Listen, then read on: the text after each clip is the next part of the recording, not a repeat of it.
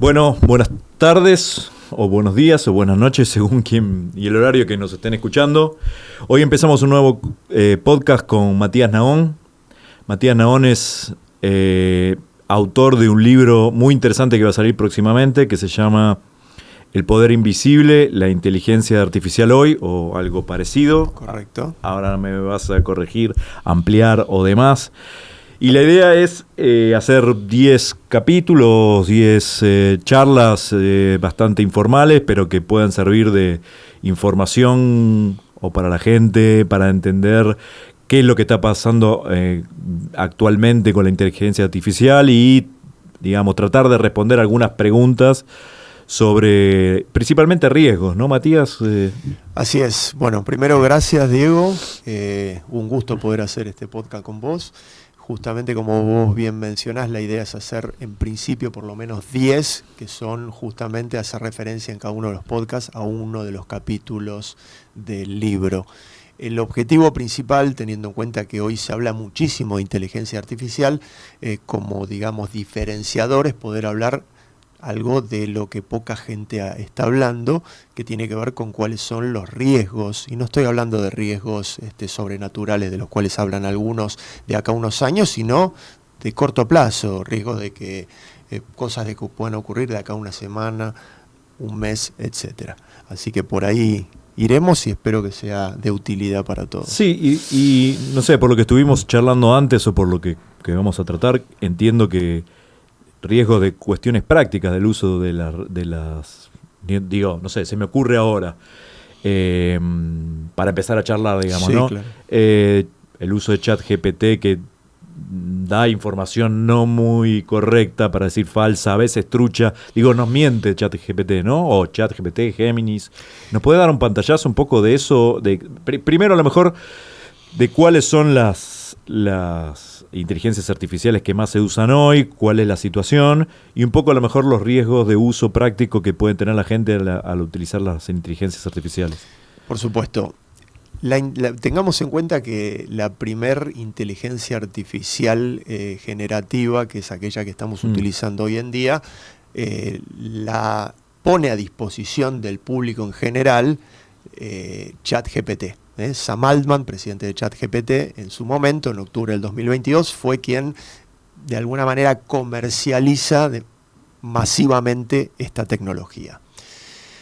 La tecnología, como te dije, tiene un dinamismo muy importante, va cambiando permanentemente con los pros y los contras que esto tiene. Pero hay algunos sesgos que están relacionados con la tecnología de ChatGPT o inteligencia artificial que tenemos que tener claros de qué se trata, porque hoy por hoy, si bien existen menos errores que los que existían cuando esto se comenzó a dar hace 3 años, igualmente es importante. ¿Cuáles son aquellos sesgos?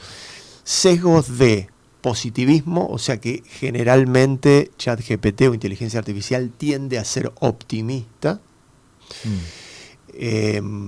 También tiene el famoso sesgo de confirmación, que todos lo tenemos los seres humanos, pero está mucho más marcado aún dentro de ChatGPT. O sea que si nosotros pensamos de alguna manera sobre algún tema en particular, seguramente ChatGPT va a profundizar o va a querer confirmar aquello que nosotros pensamos. Te interrumpo. Entonces, esto que te dije, que la inteligencia artificial miente, ¿es por ahí, por estos sesgos que vos comentás? ¿Cómo que funciona en esto de que uno dice, bueno, esto me está mintiendo, me están queriendo mostrar una cosa por otra? Esto Todavía hablar de mentira me parece que es darle un carácter demasiado humano a algo que no deja de ser un cálculo matemático, un algoritmo. Sí podemos hablar hoy de que cometen errores, claramente, ¿no? Y que han sido programados de una manera en la cual estos dos sesgos que te menciono profundizan algunas de las distorsiones que tiene hoy la inteligencia artificial. Después tenemos la mano del ser humano o la cabeza del ser humano interactuando con la inteligencia artificial, que genera otro tipo de riesgos, que son aquellos riesgos, te diría hoy por hoy, los más complejos, que por darte un ejemplo para que tengamos a mano y del cual todos vamos a entender perfectamente, que tiene que ver con los ciberataques. Todos sabemos que todas las empresas hoy en día están digamos, sometidas al riesgo de un ciberataque. La pregunta no es si voy a tenerlo o no, sino cuándo voy a tener el ataque. Pará, es una pregunta a lo Fantino. ¿Vos decís que la inteligencia artificial puede hacer ciberataques? O sea, yo nunca lo había escuchado eso. ¿Es real? Digamos, ¿ha pasado? ¿Hay ejemplos? ¿Cómo que? Es correcto. La inteligencia artificial tiene la capacidad de delinear un ataque, un ciberataque, y por otro lado tiene la capacidad de que esos ciberataques se disparen todos de manera simultánea, con lo cual la posibilidad de que algún ciberataque tenga éxito es mucho mayor porque se disparan varios ataques de manera simultánea, ¿no? Es una cuestión estadística. Si yo hago 10 y tengo el 10% de probabilidades, seguramente uno va a entrar. Ahora, si mando 1000, seguramente 100 vayan a entrar. Con lo cual, ese es un tema... Por lo que me decís, te voy a hacer una pregunta que creo que ya está implícita en lo que estás diciendo, que es, supongo que las inteligencias artificiales tendrán alguna limitación, digamos, no sé, por ejemplo, en el uso, sé que, no sé, supongo pornografía o cosas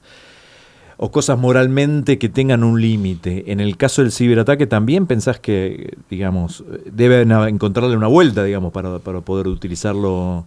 Estás entrando en un tema, te diría que es el tema nodal hoy por hoy, Okay. en términos de discusión y de debate en inteligencia artificial. Por Bien. un lado, para hacerlo rápido y claro, tenés la manera de actuar, digamos, de Estados Unidos, incluso como gobierno y a nivel empresarial, y por otro lado tenés Europa. Nosotros estamos en ese sentido más alineados, para variar, con Estados Unidos. Bien. ¿Qué tenemos que decir de esto? Es que prácticamente la regulación es nula, con lo cual, digo, casi que cada uno puede utilizar la inteligencia artificial como más le conviene o como quiere. En Europa es distinto.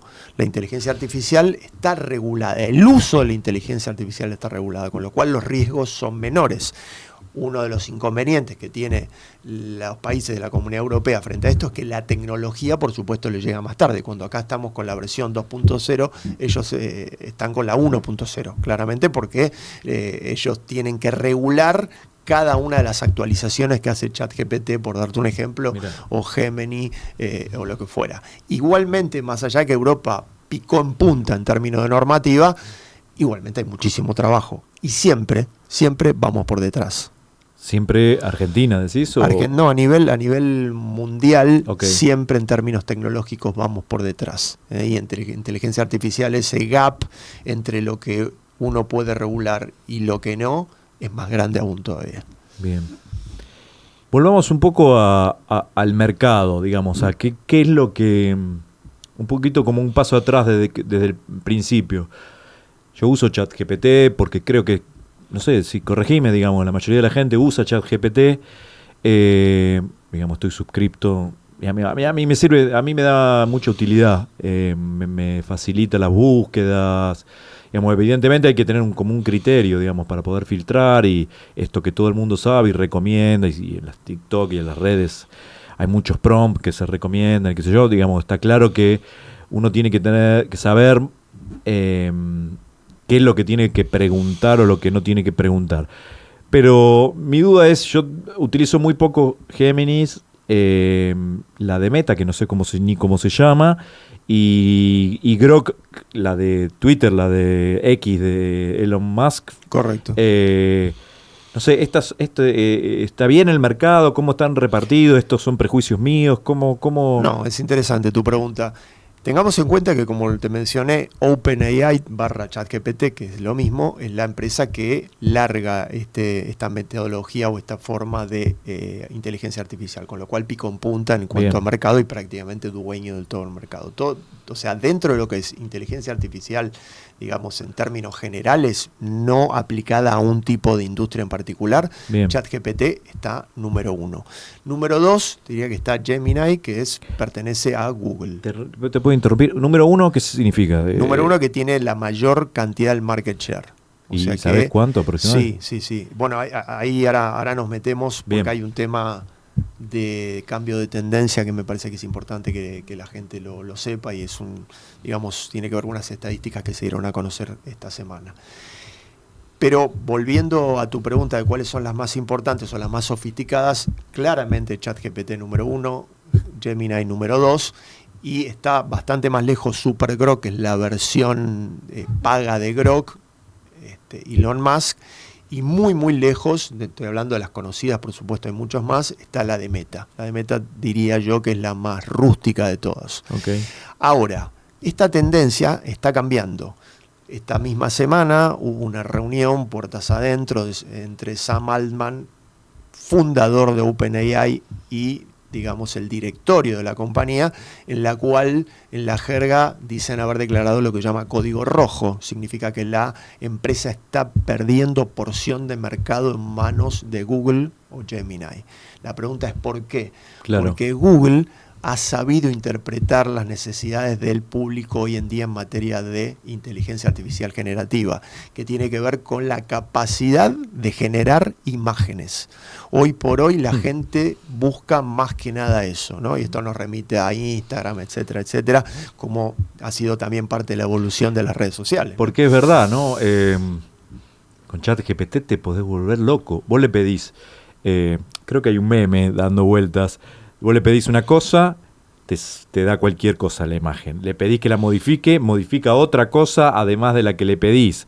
Le pedís que modifique, que vuelva a ponerlo otro y te vuelve a traer otra imagen diferente. O sea, ChatGPT es muy poco intuitivo para las imágenes y aunque puede generar alguna imagen de cierta calidad o cierta verosimilitud, pero lo más difícil es que genere imágenes que estén de acuerdo al criterio que uno quiere, digamos, ¿no? Por lo menos en la utilización casera que yo le doy. Digamos, eso en Géminis es que es un poco diferente. Eso en Géminis se ha mejorado muchísimo. La primera versión, la famosa Nano Banana, que hoy ya está en la versión 3.0, es infinitamente más sofisticada que la de OpenAI, y hoy la gente que trabaja con imágenes, ni lo duda, va por ese lado. Más allá de que existan aplicaciones puntuales para determinado tipo de cosas, digamos, para la gente en particular, para el público, claramente viene por ahí. De hecho, volviendo a los números, las estadísticas dicen que hasta hace 2 o 3 meses ChatGPT tenía el 86% del mercado, y hoy, 2 meses después, tiene el 80% y va en descenso, con lo cual claramente si no toman alguna medida en ese sentido, probablemente OpenAI siga perdiendo adeptos. Terrible. O sea, primero no sabía que tenía el 85% de ChatGPT, que es un montón, ¿no? Digamos, debe es muchísimo. En plata también. Pero es verdad que cuando hablábamos de las imágenes me venía... Esta semana en TikTok estuve viendo unas cosas de Messi que son increíbles, digamos, ¿no? Impensables hace pocos meses, me parece a mí, ¿no? Y estamos viendo también que creo que se trabaja en publicidad mucho con imágenes. Sí. Y también vi, digamos, no sé, quizás me desvío un poco, pero bueno, a lo mejor sirve, digamos, ¿no? Lo escuché a Mario Pergolini decir que las imágenes producidas por IA, no sé, las imágenes de gatitos con personas, o que personas que salvan a gatos o perros, o accidentes, son inclusive de las más, empiezan a ser las más vistas en YouTube y en otras plataformas.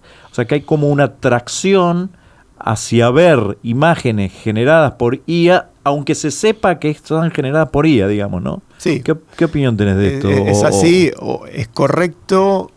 Hay una tendencia de ir hacia esas imágenes porque tienen, digamos, un encanto desde el punto de vista de la animación y los colores que otras imágenes reales no lo tienen. Pero la clave es, hoy por hoy sabemos que son generadas por IA. Pero, ¿qué va a pasar dentro de unos meses cuando tengamos que recurrir a la misma IA para que nos diga si son reales o no? Estamos a la vuelta de la esquina de eso. Yo creo que ya pasa, digamos, ¿no? Hoy, un poco depende la capacitación de cada uno, la edad, la familiarización con la tecnología, pero digo, por contar un hecho conocido, que por ejemplo fue con estas elecciones en la campaña, un video que hicieron de Tayana. Hoy alguien que tiene el ojo un poquito agudo se va a dar cuenta que hay pequeñas cosas que no cierran, pero estamos todos convencidos de que dentro de unos meses eso no va a ocurrir, y que los deepfake, como se le llaman ese tipo de videos, van a ser solamente captados, o sea que el único que va por decir si es verdad o no es la misma IA. Y no un ser humano. No un ser humano, exactamente. Con lo cual estamos frente a un riesgo importante. La IA comienza a tener algún grado de casi independencia que de alguna manera corre al ser humano de escena. O sea, hacia ese lugar va hoy la IA. Por ejemplo, habrás escuchado ya hace unos cuantos meses de la IA agéntica o agentizada. Sí, o sea, yo siendo usuario de ChatGPT, no entiendo, inclusive cuando los que me hablan de esto de la agencia, no entiendo de qué significa, no entiendo qué utilidad. Supongo que debe tener una utilidad práctica para muchas industrias, no sé, ahora confirmámelo o desarrollámelo, pero explícanos un poco de qué es esto, de qué va, digamos. Bueno, porque me parece que es como el siguiente nivel, ¿o me equivoco? Es correcto, es el siguiente nivel. Okay. Es el siguiente nivel. Así como la inteligencia artificial hoy él cumple, digamos, el rol de que vos le hagas un pedido concreto y te devuelva con una respuesta concreta. Sí. El próximo paso, que en realidad ya está en funcionamiento, tiene que ver con los agentes. Pero déjame que vaya un paso para atrás para que entiendas cómo está el tema hoy desde el punto de vista tecnológico. Dentro del universo de la gente que tiene acceso a tecnología, el 70% de la gente hoy no utiliza ChatGPT ni la IA. Dentro de ese 30% que lo utiliza, el 20% lo utiliza como si fuera un buscador, como si fuera Google. Como si fuera Google, ¿no? Exactamente. Lo que hacen es reemplazan ChatGPT por Google, con la contra de no poder verificar las fuentes. Porque si uno hace la búsqueda manual en Google, por lo menos tenés la posibilidad de verificar quién dijo o en qué sitio se dijo tal o cual cosa. Si lo haces por ChatGPT, no lo tenés. Solo el 10% de la gente con acceso a tecnología utiliza gran parte del potencial, no todo, pero gran parte del potencial de la inteligencia artificial. Y ya están trabajando con lo que llaman los agentes, ¿no? Los agentes... ¿Qué es? El agente es como básicamente tener un empleado al cual yo le puedo asignar una tarea y esa tarea va a requerir la toma de decisiones independiente, o sea que no la va a contrastar con el que le pide que lleve adelante esa tarea. Entonces ya comienza a tener un nivel de independencia la IA que nos empieza un poco a preocupar a todos, pero sin entrar en la parte más de riesgos o miedos que son más de mediano plazo. Volviendo al ejemplo que vos me pedís, supongamos que queremos adaptar un modelo de inteligencia artificial agentizada dentro de una empresa que tiene un sector de producción, un sector de packaging, un sector de logística. Vamos a poder asignar un agente a cada uno de esos sectores de la empresa para que tomen las mejores decisiones, para que tengamos eficiencia al máximo dentro del área de producción, dentro del área de packaging y dentro del área de logística, pero a su vez que puedan interactuar entre ellos. O sea que ahí claramente hablamos de uno de los temores más grandes con respecto a la inteligencia artificial, que es la pérdida de puestos de trabajo. Con la rapidez que puede calcular una fórmula o una estrategia de inteligencia artificial, está años luz de lo que puede hacer un ser humano. Dejemos lo de... me parece que este es el riesgo más grande, dejémoslo para el próximo podcast. Me parece que da para tratarlo en un podcast da para especial, un podcast aparte, digamos, claramente. La pérdida de trabajo que nos gana la inteligencia artificial. Te quería hacer una última pregunta, si tenés alguna respuesta corta, si no la seguimos en la próxima. Tengo un amigo abogado que recientemente tuvo un tema con un fallo que aparentemente fue hecho con IA y no él, vamos a decir, se lo dijo un amigo, y bueno, ahora tiene graves problemas porque hasta le pueden sacar la licencia de abogado por argumentar que había jurisprudencia que ChatGPT le decía, pero que realmente inexistente. ¿Vos escuchaste algo de esto? Sí, definitivamente, y sin entrar en detalles por cuestiones lógicas, la semana pasada o la anterior justamente surgió un fallo en el cual se citaba como jurisprudencia determinados escritos y autores relacionados a esos escritos que no eran reales directamente, con lo cual claramente la persona que llevó adelante esto está en una situación complicada. pasa mucho más de lo que nosotros sabemos. Este fue un hecho en particular porque, digamos, circuló a través de Twitter.